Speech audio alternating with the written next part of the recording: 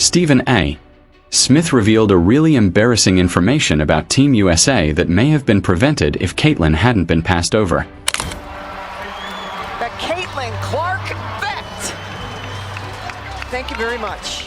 Ever since the Team USA selection was published, everyone was up in arms about Caitlin Clark not being on the squad. It seemed obvious to put the face of women's basketball on the squad because Caitlin has shown herself to be a game changer both on and off the court. But now we are witnessing the fallout from her Olympic exclusion. But according to the Olympics official website, Team USA's win over Japan only drew 13,040 fans, which was the lowest attended game among the opening 6 matchups in group play.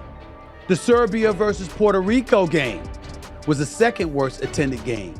After her college career, Kayan was proclaimed the GOAT of TV ratings by the Wall Street Journal, which wrote impact on television viewership exceeded any other modern athlete. Simply put, Caitlin is unmatched when it comes to popularity and viewership, so we really are watching a once-in-a-lifetime athlete both on and off the court. Clark's selection with the #1 overall pick helped to catapult the WNBA Draft TV record TV ratings before the season. The WNBA had no game with more than 1 million viewers since 2008. The Indiana Fever rookie scored 20 points as 2.1 million fans watched across ESPN2, ESPN+, and Disney+. It was the most watched WNBA game on any ESPN platform in history. The Fever-Sun matchup peaked at 2.3 million viewers. This mark broke the previous record set on May 22, 2004, when Diana Taurasi played her second career WNBA game. Clin's third game of the season came against the New York Liberty. It became the most viewed WNBA game on ABC in league history.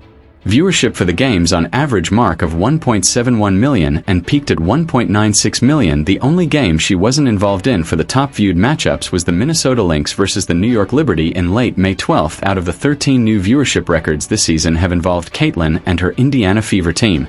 Not only did this year's WNBA All-Star Game set a record with 3.4 million viewers, an increase of over 300% from the 2023 game, but the top 12 WNBA broadcasts this season have all been Fever games. Top 12.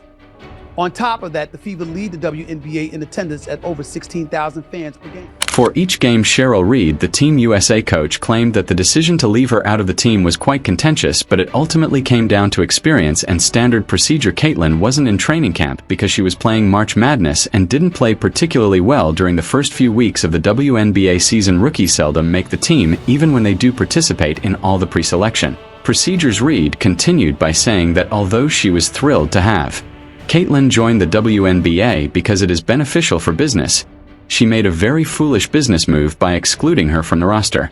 Sometimes you have to put your emotions aside and act morally.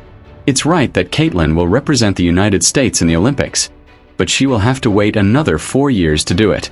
To make matters worse, Don Stanley acknowledged that Caitlin should have made the cut simply.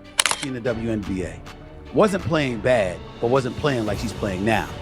If we had to do it all over again, the way that she's playing, she would be in really high consideration of making the team because she's playing head and shoulders above a lot of people. It's hard to argue the impact Clark has had on both ratings and attendance for the WNBA.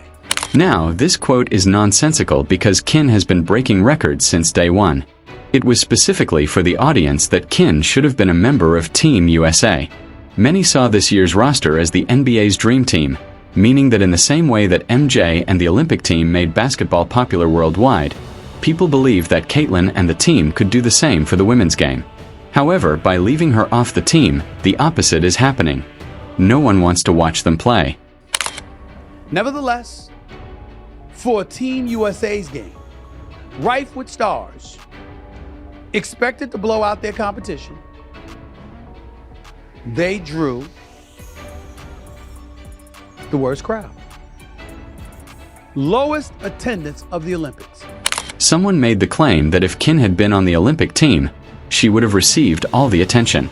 This could have diverted the team from their ultimate objective, which is to win a gold medal. Yes, that argument sounds ridiculous, but some people think it has merit. However, not having Kin on the team seems to have backfired even more. It's about competition, it's about competition, it's about competition, right? How does it feel, Team USA, to have 6 games, 4 of them drew over 20,000? And the one that did it still drew 2,000 more than you. Sharing the limelight would undoubtedly be preferable to having none at all, which is what Team USA is experiencing. The truth is that no one anticipated the women's squad to lose in the Olympics. Their level of competition is just not up to par. Therefore, having a dynamic player like Caitlin Clark on the team would have been the ideal opportunity to showcase their game.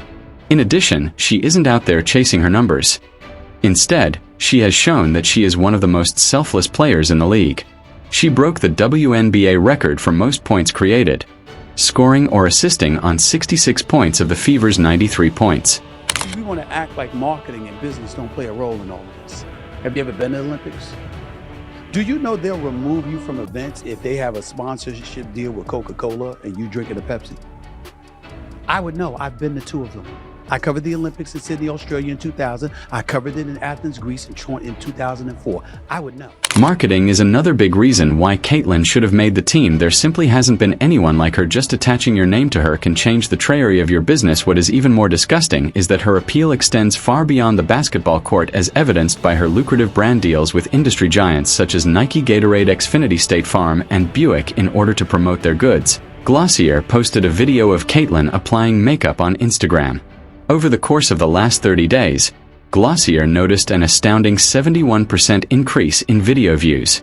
Kin looked stunning in a Prada outfit for her draft day afterward. Prada noticed an astounding 140% boost in mentions during the week of the WNBA Draft, showcasing the success of their relationship with her. State Farm ran a commercial utilizing Caitlin. The resulting post soon gained momentum, racking up an incredible 1.95 million video plays inside a single day. Caitlin is also establishing records in the endorsement sphere. She secured a $28 million contract that spans 8 years and includes a signature shoe. The new deal would be the largest sponsorship contract for a women's basketball player. I never once said that Caitlin Clark should have been on the team ahead of the 12 people selected ahead of her because of basketball. I said marketing matters in everything. Promotion matters in everything. And you're not going to get around that. That is what I said.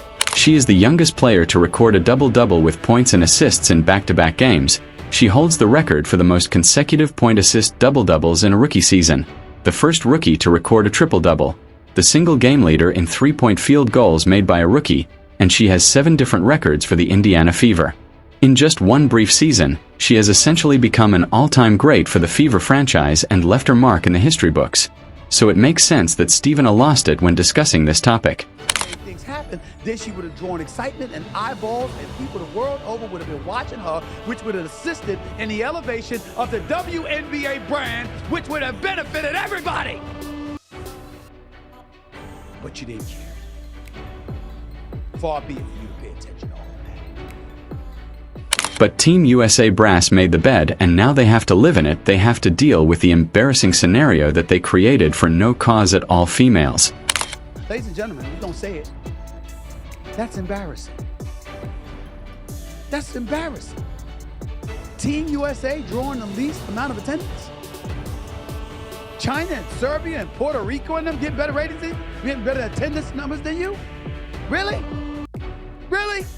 On the other hand, and Kane also deserved a vacation for carrying women's basketball on her back this past year, 2 weeks after a second consecutive trip to the title game of the NCAA Division I women's basketball tournament with Iowa Hawkeyes in early April. Kane was in Brooklyn, New York for a highly anticipated WNBA draft where fans were allowed to attend for the first time some 3 weeks later. Her WNBA preseason debut came in a sold-out arena on the University of Texas at Arlington campus, and ironically enough, that is the same place she would set her legendary assist record in front of another sellout crowd. So she essentially went from playing the highest level of college ball with an incredible amount of pressure on her shoulders to deliver an NCAA championship to then becoming the immediate face of the WNBA and having to live up to all the hype during her break. Not only did she get to relax, but she also watched her haters get embarrassed. Marketing matters. Promotion matters. But y'all want to ignore your boy Stephen A. And now look, lowest attendance amongst the teams. Everybody had better numbers, attendance-wise, than Team USA. One thing is certain, Caitlin Clark's name will be at the top of the list the next time the Olympics are held, and the Team USA committee won't make the same mistake twice. The stage is set, and her rivals have been alerted that the WNBA is prepared for the next phase of Caitlin Clark. Click the video on the screen. Leave a comment, subscribe, and enable all notifications so you don't miss it, and we'll see you in the next one.